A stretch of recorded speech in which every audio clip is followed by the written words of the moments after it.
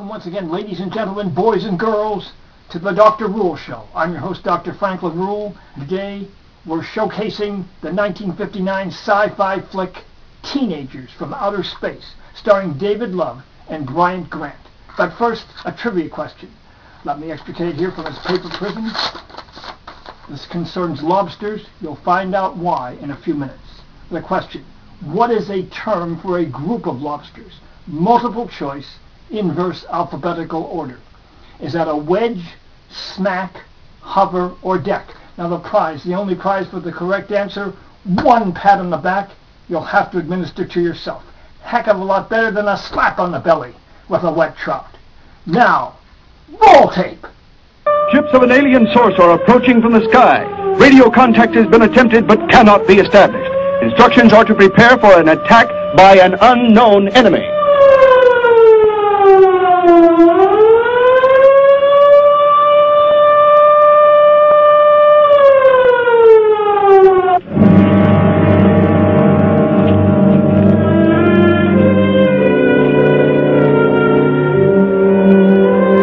What made you think he was coming here? Because they're coming. He told me they'd be coming. He told me he wouldn't go back with them. That he'd stay. That he wanted to stay. Betty, let me take you back home. No, Grandpa, look, here comes Joe's car.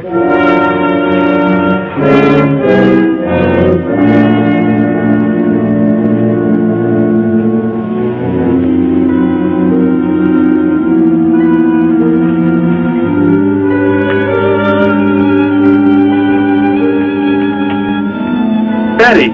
Gramps, what are you doing here? Why do you concern yourself with them? Destroy them! Why, Thor? They cannot change what is going to happen. What is going to happen, Derek? You must understand. Death must come to all. Sooner to some, later to others. The guide ship is about to land. We must go to meet it. Your promise, Derek. Don't you remember your promise? I have not forgotten it.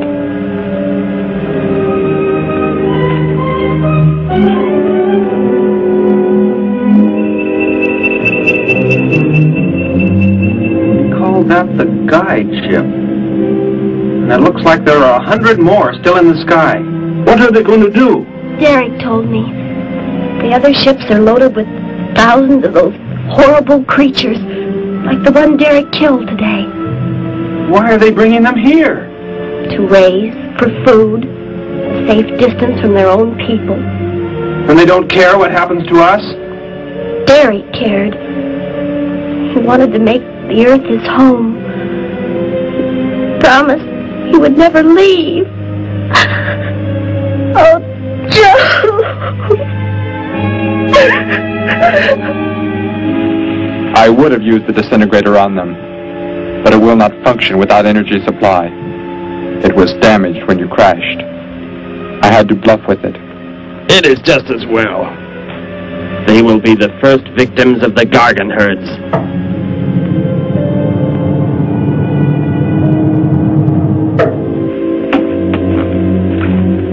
So, you were able to bring him back, Thor? He brought me. I am sorry I acted the way I did.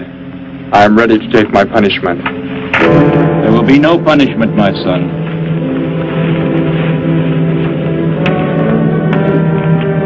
You are my father? I am. I have watched your progress since you were born. You have excelled in all things. I was most disappointed to learn that you had deserted. I came this trip hoping I would find you had returned. Has what I have done not disqualified me? Am I still to... You are back. That is all that matters. Your mistakes were made because of that book. It blurred your mind, but only temporarily. How is it you are able to leave the planet? Will not the government structure collapse in your absence? We will return immediately, as soon as the Gargans are unloaded from the fleet of ships. The people are unaware that I am gone. Yes, we must leave quickly. If your absence were discovered, it would likely spark the beginning of a revolution. I am not the only one who had that book, Father. Yes, I know. And you will help in tracking down others who may have such books. Yes, I see the fleet is approaching. They are flying from radio signals from the guide ship, are they not? Let me be the one to direct them in for landing. Captain, are the ships close enough to receive the landing signals? Momentarily, but... Then go below, Derek. You will bring them in.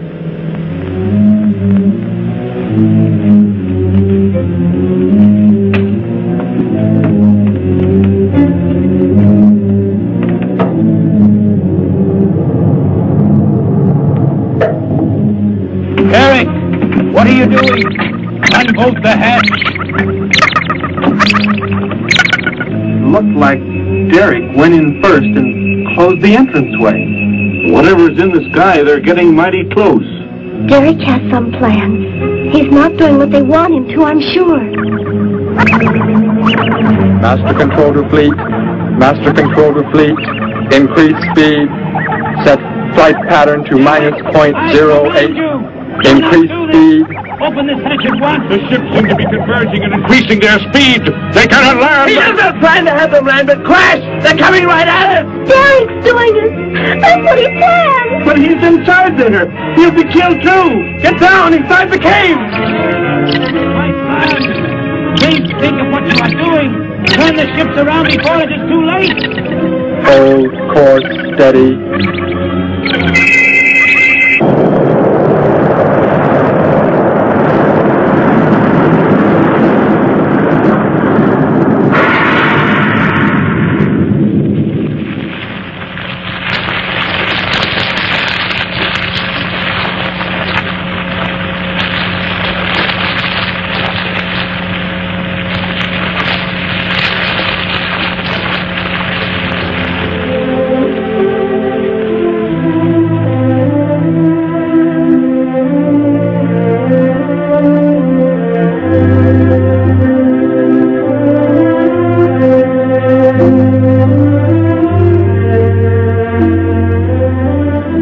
I shall make the earth my home, and I shall never, never leave it.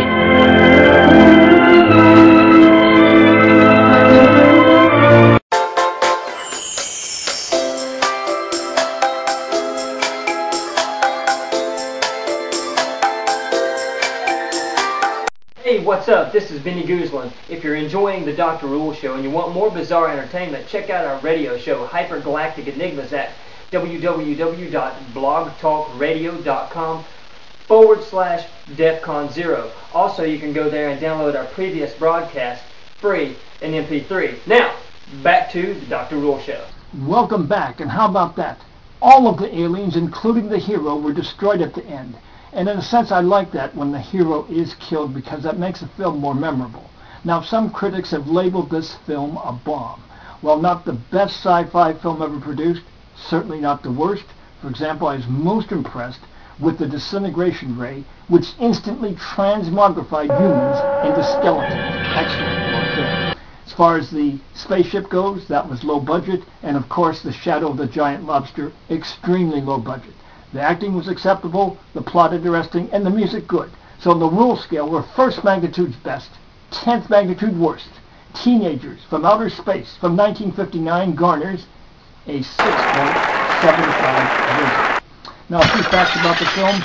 David Love, who was the star playing Derek, the hero, was in no other film or TV show as far as I can determine. Bryant Grant, who played Thor, the villain, was in 3 TV series and this film, and that was it for his career. Tom Grief, who was the writer, producer, and director, and also acted in this under the name Tom Lockyer as the reporter, died at just age 41. And Harvey Dunn, who played Gramps, was probably best known for his role as the police inspector in the 1955 film Bride of the Monster, starring Bela, the Count Lugosi. Now, for that trivia question, again, what do we call a group of lobsters? Is that a wedge, smack, hover, or deck? And you say smack? No, it's a deck. For the record, you have a wedge of swans, smack of jellyfish, and hover of trout, just in case you're ever on that millionaire trip. By the way, a group of lobsters can also be known as a shield or a pod. Now, is the scenario in this film at all feasible? I think so. First of all, it's my contention that the universe is literally teeming with life, that life indeed is the common, yes, I said the common denominator of the cosmic backdrop, that we truly live in the inhabited universe. Now, we have an estimated 100 billion galaxies. Our own Milky Way galaxy contains approximately 400 billion stars, assuming 10 planets per star. That yields 4 trillion possible planets. In our Milky Way galaxy, 400 billion trillion planets in our island universe for life to exist on. In addition, I contend that planetary moons may also harbor life. For example, we have the gas giants about Jupiter of Ganymede, Callisto, Io, and Europa, Titan about Saturn, and the giant Triton about Neptune. All have atmospheres. Then there's the small moon, Enceladus, about Saturn, which also appears to have water and an atmosphere. So if we assume conservatively 5 moons per star also harboring life, that gives us another 2 trillion possibilities in our Milky Way galaxy, 200 billion in our island universe.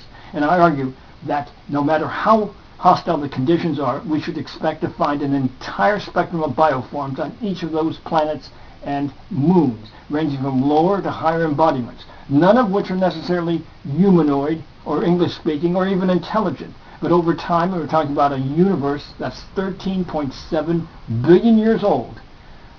Intelligence can evolve, and ultimately a technological capability, and beyond that, a spacefaring capacity, allowing entities to journey to other planets, such as our world. Now, just as one example, we now know that there is what's called the squid worm at the bottom of our ocean. It exists at tremendous pressures that would destroy most other creatures on our planet. So high-density planets cannot be ruled out as sites for life. And I point out we've already identified 500 exoplanets, or planets beyond our solar system.